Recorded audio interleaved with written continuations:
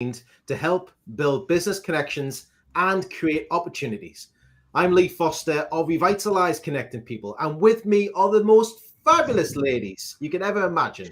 It's the co-hosts themselves, Julie Taylor and Louisa Stewart of Blue Ninja Business Support. How are you doing, girls?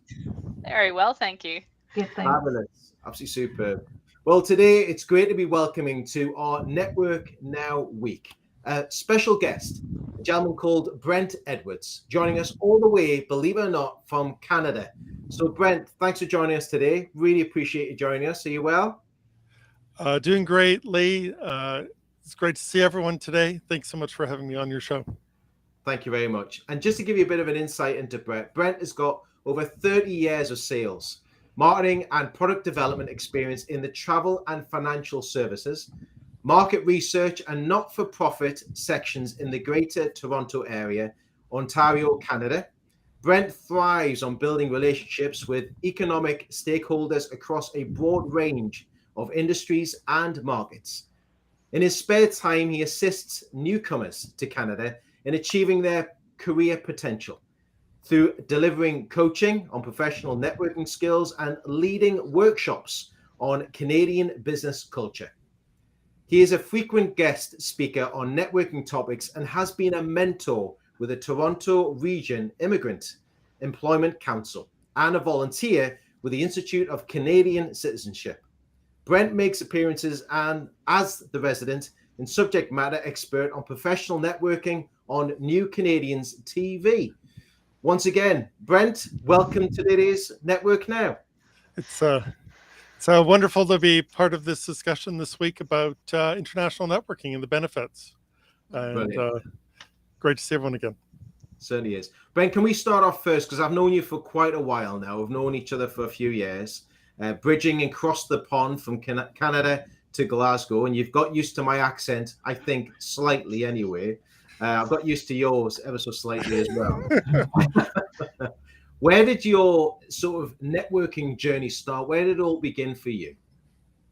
So I guess there's the networking journey with my passion project, Brent Canada Experiences in helping the newcomers, which started about 5 years ago. But I've been involved with networking ever since I got into sales in the travel industry over 30 years ago. I know, Leon, one of your earlier sessions, you were talking about your experience working for an American company in the UK, while I happen to work for a British company, Thomas Cook, in Canada. So from the very beginning of my career in sales and business development, I was networking with colleagues across the pond and international markets. So it's been something I've been involved with for so many years. The new technology has made it so much easier to do, but and I've also worked in jobs where I've had reporting structures reporting into the UK or reporting into the US. So it's something where building relationships with people that you may have never met before is kind of second nature. It's made a lot easier with the new technology. Thanks, Brent. Oh, it's incredible, isn't it? I mean, I think when you talk about networking and sort of bridging gaps and all that, it could be years and years and years of new developments, new connections, couldn't it? And starting to form those relationships. But Brent, where was the biggest challenge in your networking journey, or the tipping point in sort of understanding how to network well and how to engage with the right people for you? So if we go back to the beginning, even before the pandemic, when I started my passion project to help newcomers, it was giving over my own fear of putting myself out there. So I was used to building relationships within corporations, across borders, but there's really kind of a set of rules, unspoken or not, in terms of how you build business with clients or with internal colleagues.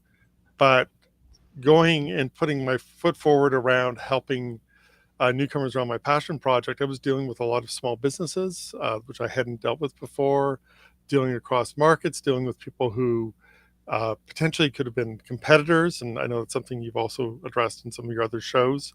That was a bit of the fear, was being willing to put myself forward, and especially on social media, a bit of some fears and trepidation, but that's probably a hurdle I had to get over and realize that other people were telling me that there was value in the services I was providing, and that there was an audience out there who wanted to learn about Canadian business culture and learn about professional networking. And I had some skills to help them. So that helped push me to be more active on social media. So I think that was the biggest challenge for me. So you're helping expats come into Canada. So that's the project. Not so much expats, new immigrants. So these are people who've immigrated from anywhere in the world. I do a lot of my work with people who are immigrating from the subcontinent. So India, Pakistan, Bangladesh, Sri Lanka. And actually quite a few of them have made their way to Canada via the Middle East through UAE or Qatar, etc. So they are coming in as new immigrants or permanent residents, but in a lot of cases, the way that they've been used to networking in their home countries has been quite different than their experience in Canada. And even people who are coming from Australia, which I know you have connections to, Louisa, or the Netherlands or the UK.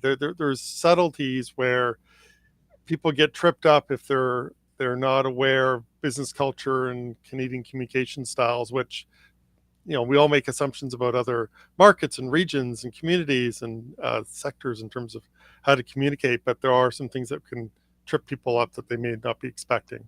So that's where I feel I can help them out. And do you feel like the style is quite formal in Canada, or is it quite informal when networking?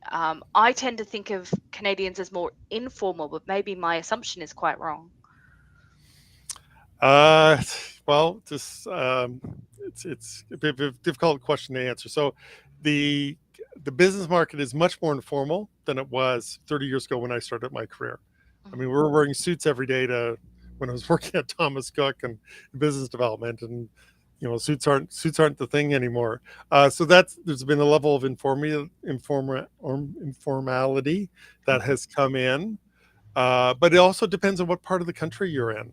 Just much as if you're in Scotland or Wales or Northern Ireland or England, and what parts of the region.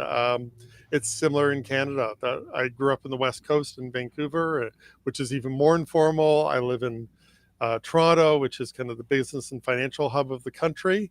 But even some of the pace of business, we think things are move very fast in Toronto. But I've spoken to people who've moved here from Delhi or Mumbai, and they compare living in Canada as like a marathon race versus the market that they came from, and where they were networking was much more like a 100-meter sprint. So there's there are definitely regional differences that you got to keep in mind in terms of dealings with making connections with Canadians. And obviously we've seen technology change and brought sort of things more in touch with people. What other changes have you seen? Oh, well, just the fact that we're able to connect seamlessly, whether it's through Zoom or Skype or Teams, etc. There's so many opportunities that are available if you choose to collaborate internationally. A Zoom call away, you can uncover new clients, new markets. You can build your brand awareness. What I've also found is you can differentiate yourself if you're one of the few people from your market attending some of these other events. There are people that you can do podcasts with, similar to what Lee and I have done. There's referrals that you can get. You can learn market intelligence. So there's so many opportunities that the technology makes possible. So definitely a lot of upsides to being able to use technology. For example, one of my fairly new connections from a couple of years ago is in Melbourne, Australia, and she runs a networking group in Melbourne. And she actually had invited me to join her networking group in Melbourne, even though it was 14 hours time difference. So I was actually able to join in with Australians, which wasn't possible. I've been part of networking groups run out of Boston. We have a collaborator of mine does a lot of LinkedIn work, educating people from India and Pakistan. So we've had a podcast, and I've been able to join in with him on providing some perspectives on Canada, and we've been able to reach a whole audience in the Indian subcontinent. So it's just been really neat, awe-inspiring, and kind of inspiring that there's so many different people out there that you can connect with. But do you think there's any disadvantages? I suppose you could get a little bit spoiled for choice now, as long as you're, willing to get up early or stay late. You could network all over the world, but is there any disadvantages that comes from all this opportunity? I love getting up at 5 a.m. for Lee's events. So, Okay. but if the event is worthwhile enough, which all of Lee's revitalized business events are, it is worth getting up at 5 a.m. to attend. And I've been doing that for over a year, so for sure. But answer to your question in terms of disadvantages, I don't know. I can't think of actually there are a lot of disadvantages. I think it's more of mindset that you're going in with, that you're open, that you're willing to share. I know that in some of the other speakers you've talked about, challenges around accents, and I would say one of the beyond slang that is use of idioms. So we all have grown up using idioms in our own markets, whether they're related to history or sports or entertainment. You really need to sit back and think about the number of times that you use idioms or expressions or analogies in your speech. And I use them a lot. And I've realized in speaking with some of the newcomers that these are challenges. There was one example where I had mentioned to who became a client of mine, that I was going to be in his neck of the woods, which means, that, I'm going to be in his neighborhood. Well, he kind of played along. It was a good guy. And it wasn't until later that it was like this necking in the woods. That could mean something different. What does this mean? So, but it's okay. I've learned a lot about cricket expressions and rugby expressions, and it's just being conscious that your language is, there's another one, peppered with all these different expressions which you take for granted and really is a shorthand to communicate with people who know the language or the lingo. And you've got to just be very careful overusing that, especially in international markets where you're on Zoom and it's harder to pick up on people's facial features and body language to tell that they may not know what you're talking about.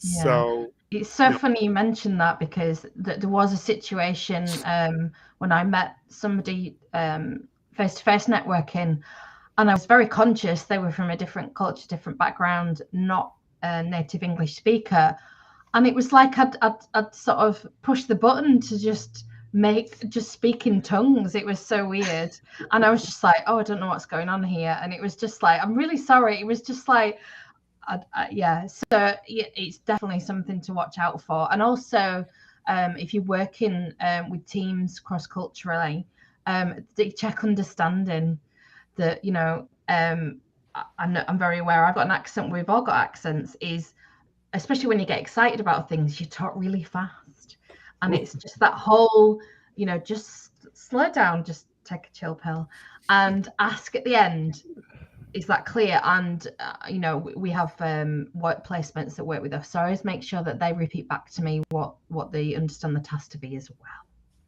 So and terminology as well, because we're all a little bit guilty of that. But I think being in a really varied networking group, which like Lee's is, that does stop us in our tracks from just throwing out those TLAs, those 3-letter acronyms. Yeah, and that does stop us. Yeah, I heard about your TLAs. I've worked in financial services. So we had a lot of Oh three-letter yeah, we acronyms love too. a So, TLA.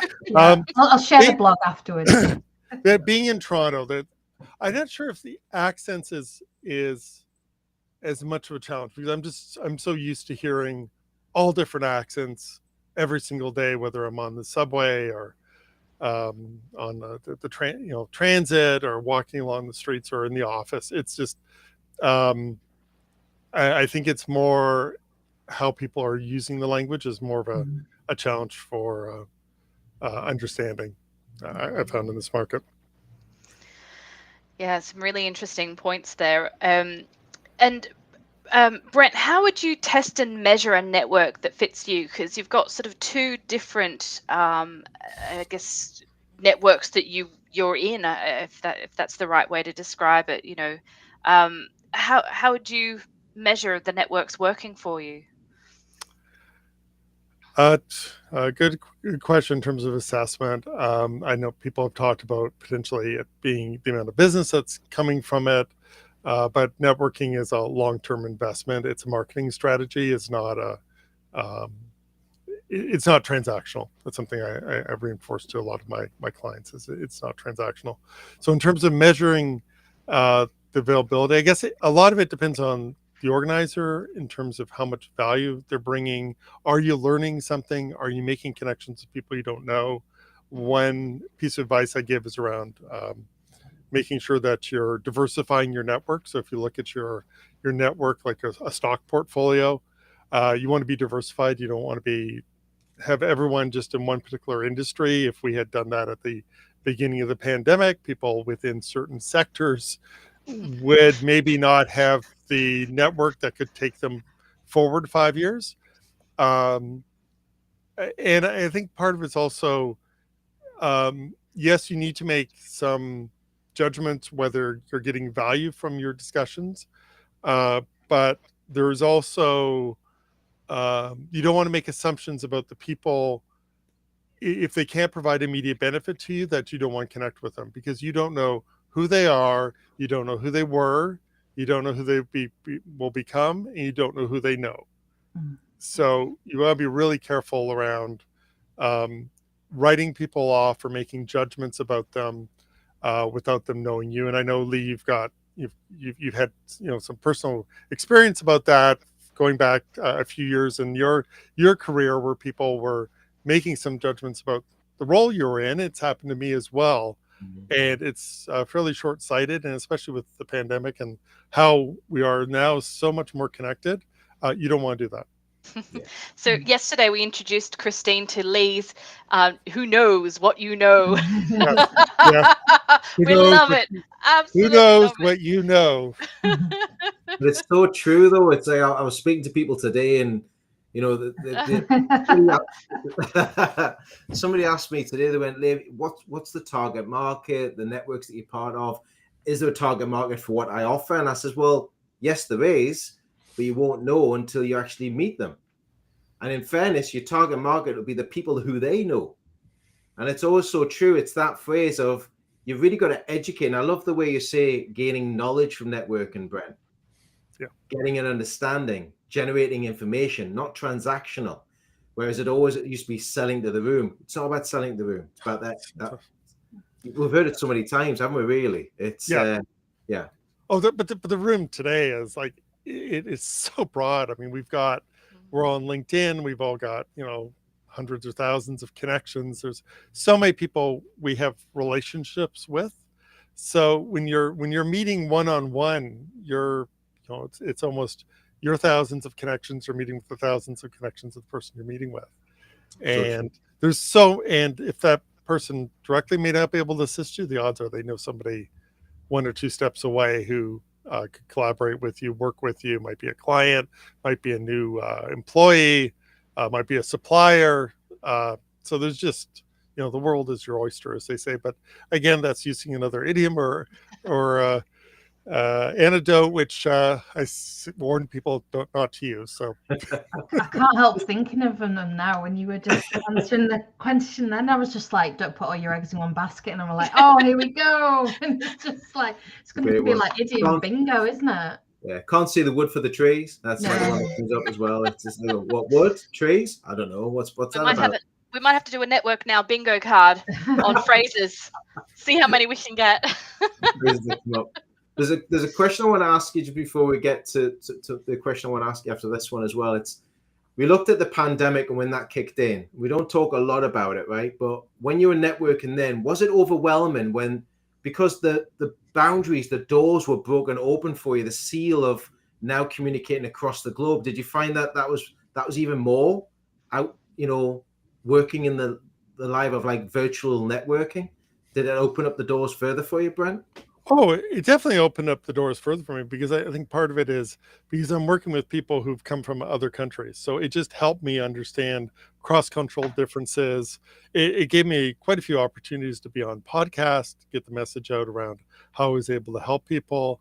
I just found it exhilarating. I thought it was really interesting to be able to be on TV shows with our friend Ashley Owens in Philadelphia and be on your podcast, Lee. And there was a podcast I did with a friend of mine who I'd met online who's in Salt Lake, and she does a lot of work with technology firms in India who are doing business in the States, and we did a podcast. So it was there was all these opportunities available to pick which ones, and there was just so many people that it was great to collaborate with. So yeah, it's like Sheldon Rummers and everybody else who we've dealt with as well. We spoke with Sheldon and had conversations with her as well. So what would be your key advice to somebody who's watching and listening today to having an international networking footprint? If someone's out there thinking, how can I get my feet out there? How can I get them wet from even transferring across the pond, if you want to call it that way? What would be your advice, Brent? Okay, so I've got a few tips here. So just start with kind of a few lessons I learned. One, people are not your competitors. The marketplace for whatever product you talk about is so large, and I know you've talked about coaches, and each of the coaches is kind of a differentiated and they're unique. It's so true, and that was something I needed to get away from. It was like, oh, okay, they're looking to help newcomers too, or they provide immigrant services. Well, there's so many newcomers to Canada that need assistance to help with their careers that we're all only helping a small percentage. So if I can collaborate people, that'd be great. Going overseas can make you stand out. Have a plan B mindset. So just because you've got your plans that something this might work, you can try it out. I mean, Lee, and Ian we tried Clubhouse, right? Yeah. And I remember being on a beach in summer vacation in the Gaspé Peninsula of Quebec and on the Clubhouse with yourself and Ian. And we did that for several weeks. And, I think it was good learnings and probably helped me with potential podcasts and helped you with Network Now. So be willing to try that, use it, for learnings, right? Everything's not necessarily going to work out for the best, but you're going to learn something from it. The pandemic put all of us on common ground, and businesses want to learn from other markets. In terms of the steps to take to give a more direct answer to your question, which I haven't seemed to be doing so far today, prioritize your markets. So I wanted to focus on the US, I wanted to focus on the UK, I wanted to focus on the Republic of Ireland, just because these are markets that do networking a similar way. So I wanted to make connections there. I learned that by responding first to posts. So if anyone, posts, if you're one of the first responders into a post and put your comments in, then it can really assist to help you with good visibility. Be a connector to connect people from other markets. Start your own podcast. That's what Hamad Siddiqui and I did, and we did about 12 of them. Now he's gone on to run training courses, and he's got close to 100,000 followers on LinkedIn now. So his business has taken off, but we had a lot of learnings from collaborating together. And I would say act now. Yes, the pandemic, hopefully we're going to start to see it in the rearview mirror. It's not gone, it's not over, but its impact is changing. And people are going to start moving back to kind of their comfort zone and their local markets. So I would say jump on the opportunity now, while people are still working from home, have some flexibility. This is the time to do it. Yeah. Thanks, Brent. Thanks for sharing that. Sure. So I think that just about wraps it up for today. Now, Brent, do you have any sort of things you're launching just now? Any special offers you'd like to share with people on listening today? Yes. Yes, definitely. So I'm starting to work on a podcast of my own. This would be about redirecting your Canadian ambitions. So it's going to be for both newcomers to Canada and established Canadians who are looking to move to another part of the country to jumpstart their career. There's a lot of, there's differences between the provinces, the considerations around moving and job search. And I feel with some of my own personal experience and experience of people close to me, and also with my guests, something I think we can provide some value and assistance on. So looking forward to launching that in the next couple of months. Sounds amazing. Thank you so much, Brent, for joining us on Network Now. Some really amazing tips. I'm going to watch out for my idiom bingo now. And some really good advice there. And yeah, the work for everybody, all about mindset and things like that. You definitely need that before you start.